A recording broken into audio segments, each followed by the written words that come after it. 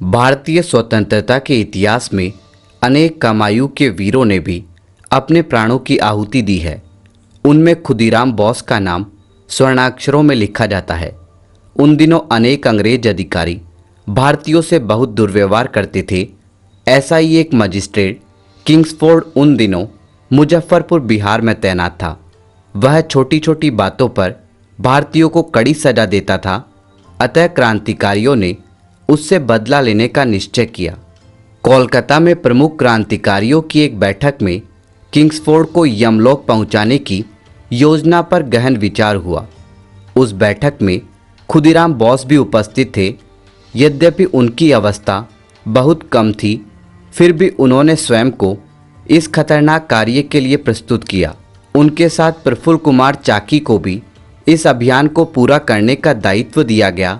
योजना का निश्चय हो जाने के बाद दोनों युवकों को एक बम, 3 पिस्तौल तथा 40 कारतूस दे दिए गए।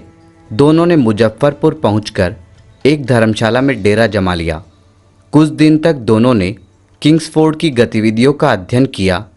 इससे उन्हें पता लग गया कि वह किस समय न्यायालय आता जाता है, पर उस समय उसके साथ बड़ी संख्या में पुलिस बल रहता था। अतः उस समय उसे मारना कठिन था। अब उन्होंने उसकी शेष दिनचर्या पर ध्यान दिया। किंग्सफोर्ड प्रतिदिन शाम को लाल रंग की बग्गी में क्लब जाता था। दोनों ने इस समय ही उसका वध करने का निश्चय किया। 30 अप्रैल 1908 को दोनों क्लब के पास की झाड़ियों में छिप गए। शराब और नाचगान समाप्त कर लोग वापस जाने लगे। अचानक एक लाल बग्गी क्लब से निकली। खुदीराम और प्रफुल्ल की आंखें चमक उठी। वे पीछे से बग्गी पर चढ़ गए और पर्दा हटाकर बम दाग दिया। इसके बाद दोनों फरार हो गए। परंतु दुर्भाग्य की बात यह थी कि किंग्सफोर्ड उस दिन क्लब आया ही नहीं था। उसके जैसी ही लाल बग्गी में 2 अंग्रेज महिलाएं वापस घर जा रही थी। क्रांतिकारियों के हमले से वे ही यमलोक पहुंच गई। पुलिस ने चारों ओर जाल बिछा दिया। बग्गी के चालक ने 2 युवकों की बात पुलिस को बताई। खुदीराम और प्रफुल्ल चाकी सारी रात भागते रहे। भूख प्यास के मारे दोनों का बुरा हाल था। वे किसी भी तरह सुरक्षित कोलकाता पहुंचना चाहते थे। प्रफुल्ल लगातार 24 घंटे भागकर समस्तीपुर पहुंचे और कोलकाता की रेल में बैठ गए। उस डिब्बे में एक पुलिस अधिकारी भी था। प्रफुल्ल की अस्त व्यस्त स्थिति देखकर उसे संदेह हो गया।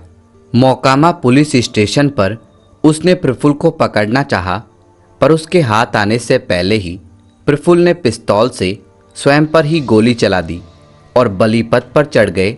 इधर खुदीराम थक कर एक दुकान पर कुछ खाने के लिए बैठ गए।